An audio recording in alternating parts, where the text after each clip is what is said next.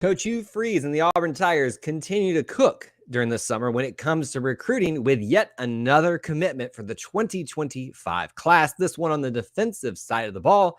Let's get into everything that you need to know about this particular commit and, of course, what it means for Hugh Freeze and the Auburn Tigers.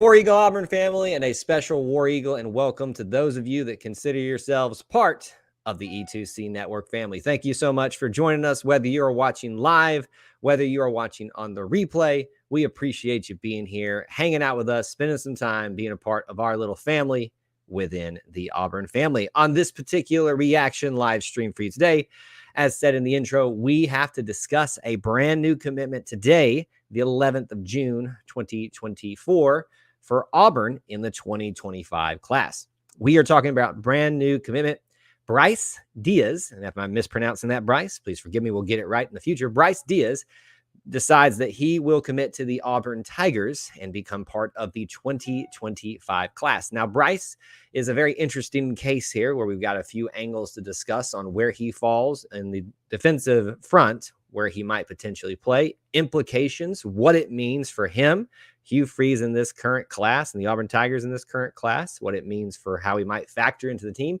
All of that's going to be covered here on this very short live stream.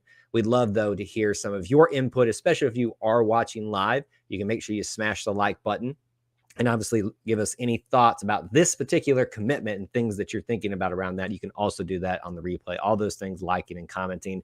Let's get into these things. And obviously, we appreciate you joining us here today. Let's talk about Bryce Deas. He is going to be a potential linebacker and or defensive back for the Auburn Tigers in this 2025 class. This is the things that you need to know about him. Currently, many others are listing him as an athlete, a defensive athlete of sorts, because even reportedly, coach or defensive coordinator DJ Durkin has said, I don't know where I'm going to put you, but I want you on this team. So that speaks a lot, even where he maybe doesn't necessarily fit into a particular mold just yet, but that speaks to the high value prospect that the coaches see in Bryce Deas coming to be part of this class. Now, the two positions that he may play would be either linebacker or a larger defensive back position. When you look at his measurables overall, you're going to see somewhere in the range, currently listed on which site you look at, 6'1", maybe a little bit bigger, somewhere between 205 to 210 in terms of weight. So if you think about that, for most standards, fits somewhere between a linebacker, like a speedier, maybe I want to say a smaller, just a speedier linebacker, and a larger defensive back. You know, I'm blanking on his name right now at this moment, but there's a particular guy from the last class that he reminds me a lot of, where a lot of people had him as a linebacker and some had him as a defensive back, most as a defensive back. This feels a lot like this current situation. So what it feels like to me is this is a guy that will potentially fill in nicely into that specialty defensive back, that fifth spot position for Auburn. I believe they call it, it used to be called the star. It's not the jack. That would be more of the defensive lineman type of position there, but you get the drift here. Not a traditional safety, not a traditional cornerback, more so kind of a specialty defensive back guy that could come up and crack heads because he's got some ability and size to be able to do that. And what I love about this guy is when you're listed as an athlete, that just tells me right there that you've got a lot of skills and talent that could be utilized everywhere. And if you look at it, and if you've read about him, you'll notice that he plays a lot of different positions in high school, like many people do, but doing it well is the other thing. I think he's played wide receiver, running back, and obviously linebacker a lot. Most people are, if they want to pigeonhole him somewhere, they're saying linebacker because that's what he plays a lot in high school. Now, will that translate over to the college ranks? We won't know. We shall wait and see. Obviously, these guys have the opportunity to come into a system, into a program, and get bigger, stronger, faster, all those things, and see where they line up with what the current needs are on the team. More on that when we talk about what it means for Hugh Freeze and the Auburn Tigers. Let's talk a little bit about where he is from. He is from the state of Maryland, plays for St. Francis Academy. Do not see Auburn going up to Maryland a whole lot and having much time up there spent, but success. It seems to be a little bit of a trend so far in this class of going a little bit further outside the normal parameters of where you might draw people from in your current class. Whereas we saw last couple of classes, a lot of focus on Alabama, of course, Georgia and Florida and things like that. And that still continues to this day. But just interesting to note that he is from the state of Maryland, St. Francis Academy, playing linebacker currently for them, and potentially could play a lot of other places for Auburn right now. He's also one of these guys in terms of like storylines around this commitment that came on a visit and then actually got to participate in one of the camps, and probably wasn't necessarily on Auburn's radar, it seems, all that much until he got to this camp and was able to impress the staff. And it just goes to show you that a lot of times we put these expectations, these rankings, these stars on people, and we assume that that should take them out of the interest in our mind. But when you actually get them out in the field with the right coaching and the right situation, they start to shine. And that seems to be what the case is here. So another dividend out of the summer. We've seen several commitments already for the Tigers throughout the summer portion after the camp started. Donovan Starr, Broderick Scholl, the offensive lineman. We've done streams about those with the what you need to know, what it means, type of factors for there. So keep those in mind as you are looking for information on those if you want to watch those as well. Another one coming out of the camp cycle, potentially for Auburn, effectively, since he was able to take part in one there. I know a lot of you are probably even thinking this, maybe even asked this before I got to it in the live or on the replay. There is supposedly, and I have the kid's name probably a little wrong here, Blake Woodsby or something like that, high commit or high target value for Auburn. Bryce is a good friend of his, and he was the one who actually got him interested in coming to visit. So you look at that how you will. It's easy to make those connections about how that might be beneficial down the line, but we are now focused on what he brings to the table and not specifically what he may or may not influence other decisions that are made down the line. It obviously can't hurt, and it is a factor in terms of what it means. Wanted to address that right out the front. All right, so those are the things that you may need to know about where he's from, what his measurables are, what position he potentially could be playing, his versatility, his athleticism, all of that out there. Let's talk about what it means. We're going to dive into what it means for obviously him, this class, and for his future on the team. Let's talk about this class. It is currently, at the time of this commitment, that's a key phrase for those of you that like to come back and several months later, if these kids flip or things like that, at the time of this commitment is what we're talking about. The 14th overall commit in this class for the 2025 class. Depending on where you want to stack him up, where you want to categorize him in his position where he'll play. Again, this is an athlete we're calling right now, a defensive athlete. If you want him to be a linebacker prospect, which seems like there may be some validity to that if everything works out for him in that angle, since DJ Durkin was heavily involved in this kid's recruitment. And he's involved with that, obviously, especially as the defensive coordinator.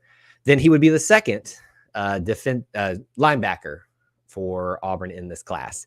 If he were going to fall into more of the safety, larger defensive back realm, he would be the first in that category, as Auburn has taken reportedly and mainly cornerback prospects up to this point, but would make it like at the fourth, I think, defensive back prospect in the class, if you want to count as that. So you could really take this a lot of different angles in terms of numbers. What we do know is this is the 14th overall in this class, and obviously building up what's already been a great start to the defensive side of the ball for Hugh Freeze, for DJ Durkin, and the rest of the defensive front for Auburn's future.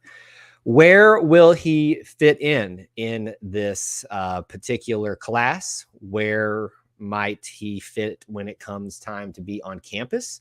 If you look at Auburn's depth chart, again, we have to kind of look at this with a broad spectrum of where he might be able to find some time to play. Let's look at linebackers first. Auburn traditionally only plays 2 true linebackers. You've got Austin Keys, Eugene Asante locking those down most likely as seniors. They will be gone. Dorian Masai will also be a senior this year. He was a transfer in.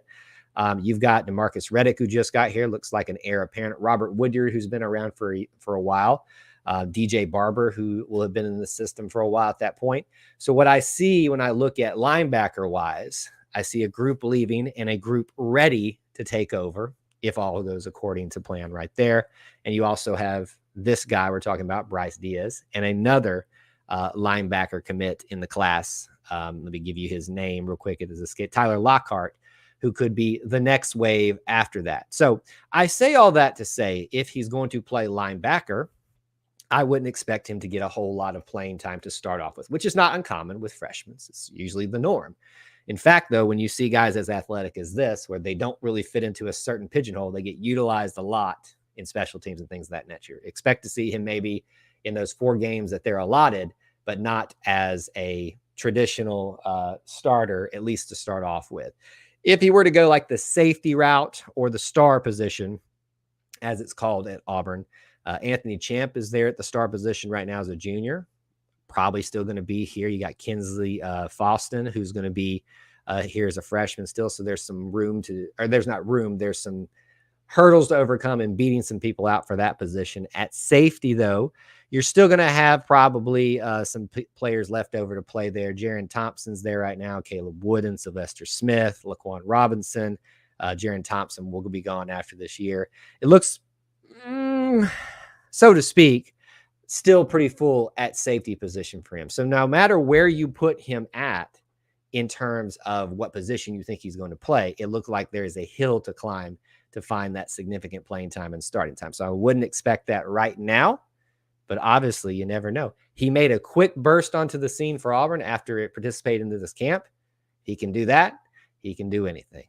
Let's talk about, again, where he's from. I always like to talk about this angle. Maryland, as I talked about, Auburn doesn't traditionally go up to the Maryland region a whole lot, much less that. I think it's called the DMV, or the Virginia District of Columbia, Maryland. It's been done before. I believe even Elijah McAllister recently would have been from that area, but he was a transfer.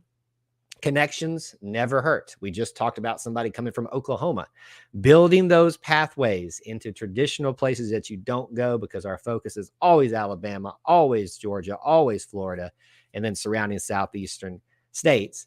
You want to build inroads into that, and we are doing so by bringing someone in from the state of Maryland, and someone who seems to be on the rise from the state of Maryland. So it could be a quick, early get for Auburn in this class before others continue to grab his attention. I think he had attention from obviously a lot of teams up there, Maryland, Penn State, a lot of ACC teams. So Auburn swooped in here and got interest from the kid and got him on to the commitment path for Auburn for now.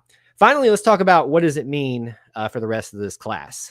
And again, his dynamic variability in terms of where he might contribute throws a monkey wrench in where we might be able to make inferences about what it means for the rest of the class. If he's a linebacker, that's 2 in the class. You've got 2 spots. You technically have got him filled for the class if that's what you were wanting to do. I would still venture to say we ain't done there yet, even with that being discussed. Safety, he would be the first true safety if that's where he was going to fill in, or the first true star position type, but bigger defensive back.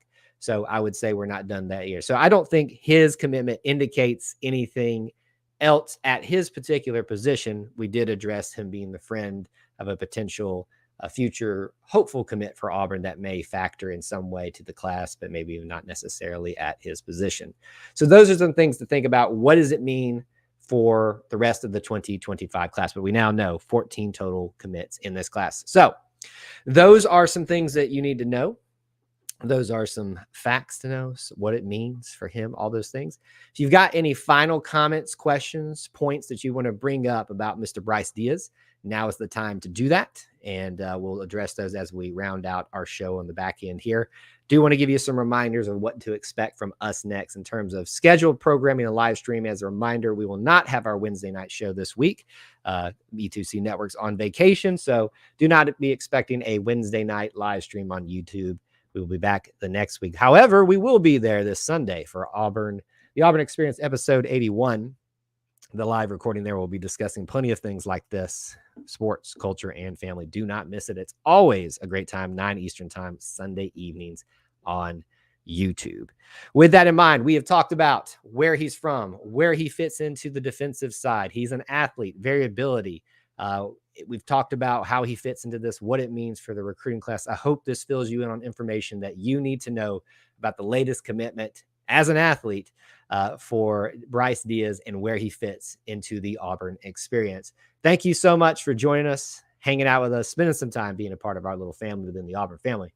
Till we talk to you again, War Eagle.